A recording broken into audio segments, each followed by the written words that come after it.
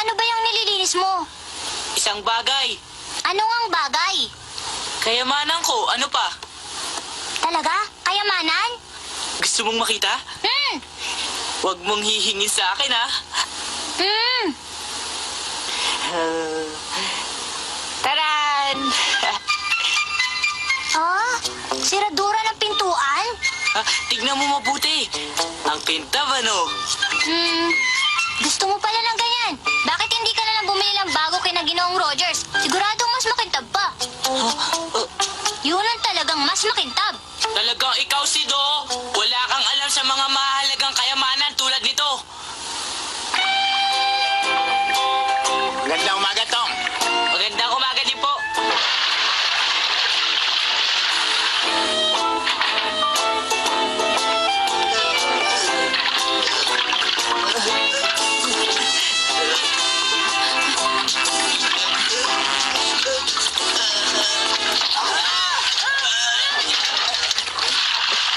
Aray! Pasensya ka na ha. Nasaktan ka ba?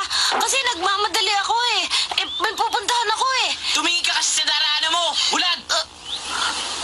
Sinabi mo pang pasensya. Yun lang ba sasabihin mo? Alam mo bang nagpakahirap ako dyan natapon lahat? Ano? Suplado. Gusto mo maglaban tayo? Hindi. Kasalanan ko eh. Humingi ka ng tawad na maayos. Ginawa ko na yun ah. Huwag kang magyayabang sa akin, ha? Parang ngayon lang kita nakita dito, ah. Anong pangalan mo? Ayokong sabihin sa'yo ang pangalan ko.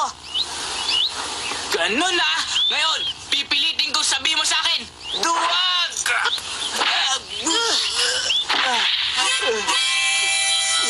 Siya nga pala, nalimutan ko ipaalam sa'yo. Nag-boxing ako nung araw. Hindi ko nasabi. Pasensya ka na dahil hindi ko sinabi agad. Masakit ba? Ano? Bakit ang galing mo mang inis? Ano ngayon kung nag-boxing ka? Ano ngayon? Wala akong pakialam. Marunong din ako mag-boxing. Tom, sino bang sinisigawan mo dyan?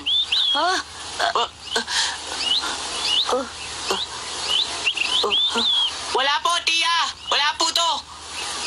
Bumalik ka na dito at mahuli ka na sa paaralan. Ang Amerika ay malaking bayan. Ito ang Washington.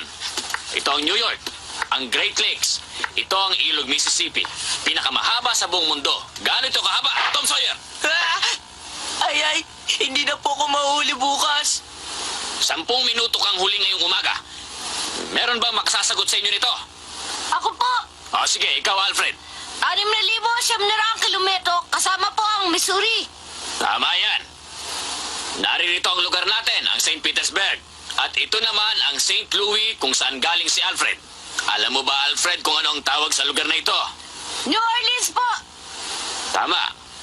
Sa gitna ng St. Louis at New Orleans, tumatakbo ang isang malaking steamship. Meron ding mga tren sa St. Louis na maaari kayong dalhin sa New Ngayon lang York siya dumating. o kaya ay Alam mo ba sa yung bagong Washington. lugar yan? Alam nyo, dito sa Ang tatay niya St. namamahala Petersburg wala roon. pang tren. Pero huwag kayong mag-alala mga bata.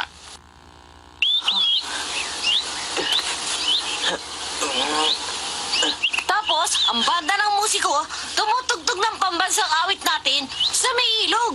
Ay, Tom, halika dito. Nagkakwento si Alfred ng tungkol sa karera ng steamships. May sasabihin ako sa'yo, Becky. Halika dito. Tahimik ka lang naman dyan, oh.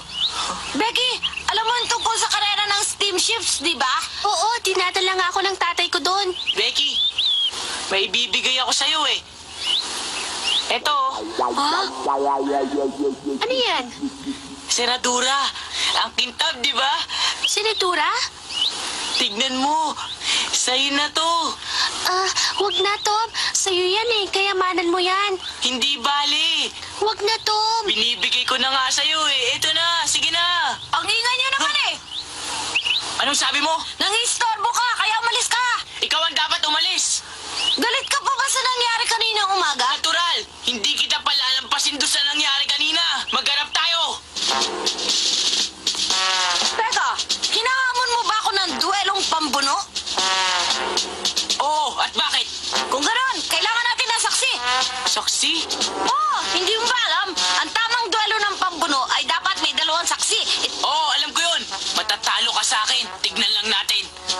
Saan mo gustong gawin natin yun? Sa may Cape Henry, ikadalawa ng hapon, bukas, mga 3 kilometro sa itas ng ilog buhat sa Pampang. Magtutos tayo. Mararating ko ba yun kung lalakarin ko lang? Oo, mga 1 oras lang lakarin yon. Magkita tayo doon kung gano'n at huwag mong kalilimutan magdala ng saksi. Bukas, at huwag ka maduduwag. Tiyakin mo yan.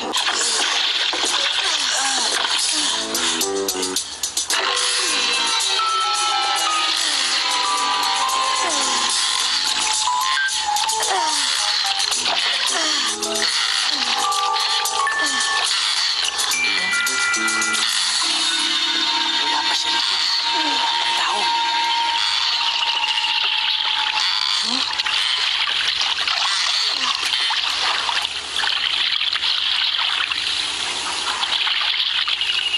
Ha? Dali! Oh!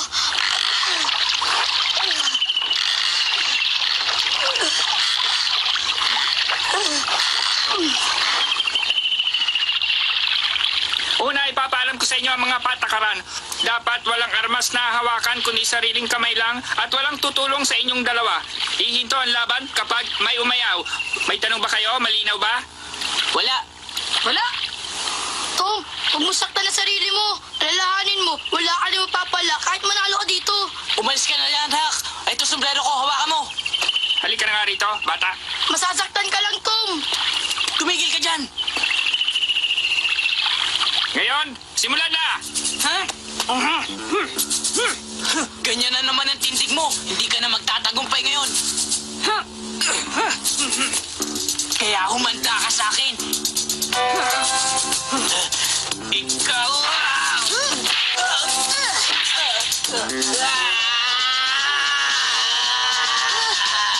Tumigil na kayo. Pareho kayong lumaban ng mahusay. Batas ang laban nyo, mga bata. Magkasundo kayo mula ngayon. Sige, magkamay kayo. Ang galing mo pa lang talaga sa suntukan. Ikaw rin, ang tibay mo. Kahit ayoko sabihin.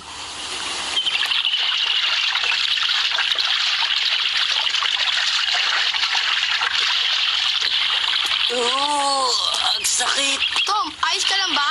Oo, Nakalimutan kong magdala ng gamot para sa'yo. ayos na to. Didilaan ko na lang. Tom, muntik mo na siya matalo ah. Ano? Sabi ko, muntik ka nang manalo, Tom. Hindi naman ako nanalo eh. Para ka na rin nanalo. Ikaw nga ang nagsabing wag na akong lumaban, di ba? Halika, tutulungan kitang tanggalin yung mga pasa mo. Kaya ko na to, Hak. Hindi, tutulungan kita. Mga bata, maaari bang humingi ng pabor sa inyo? Maaari ba kaming makisakay sa bangka ninyo pabalik? Wala kaming sasakyan eh. Hindi ba kayo nagdala ng sarili niyong bangka? Naglakad lang kami, 1 oras bago kami nakarating dito, nakakapagod. Wag na, Walter. Maglakad na lang tayo. Kaya ko naman eh. Ngunit pagod ka na, Alfred. Pakikiusapan natin sila. Mga bata, parang awa nyo na. Iangkas nyo na kami. Malayo na lakarin namin. Tayo na kayo. Kasya naman tayong 4 sa bangka eh.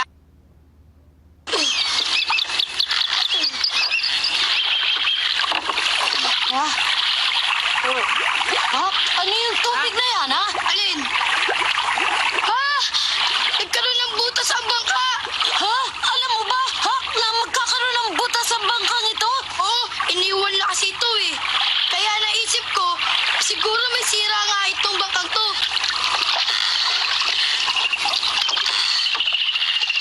Sayang, malapit na sana tayo. Ayun na oh. Tom, ba't ganito? Dumadami yung tubig, oh! Ah, bumibigat na ang bangka. Mabuti pa tulungan kitang sumagwan.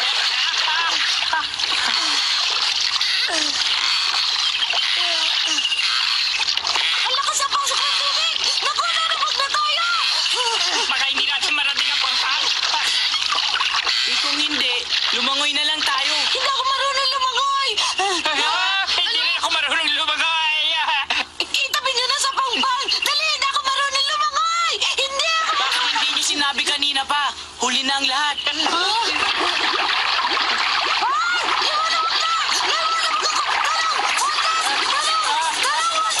Wag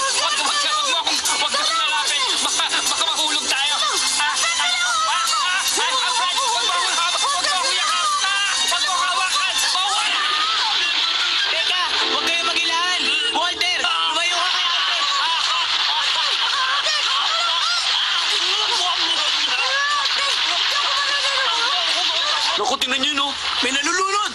Hoy! Ano nangyayari dyan? May nalulunod!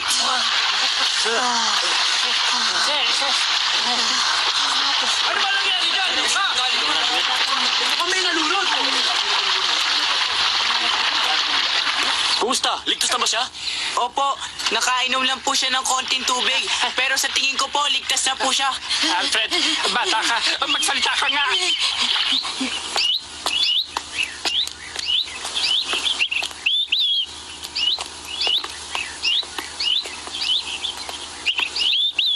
Oy, Tom! Ikaw pala! Hi, Becky!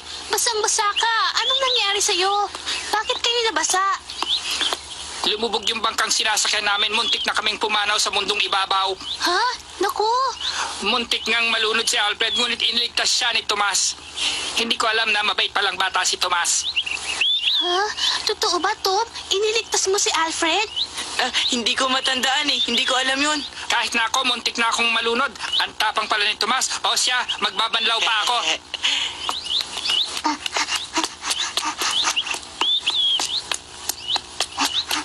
Magandang gabi po, Tia! Aba, Sid! Hindi ba po tayo kakain? Malapit na. Gutom na po ako! Oh, ha? Tia, hindi po ba? Kay Tommy to? Oo. Alam mo ba, inilagay yan ni Tom dyan. Kailangan daw may hawakan ng pinto para madaling mabuksan.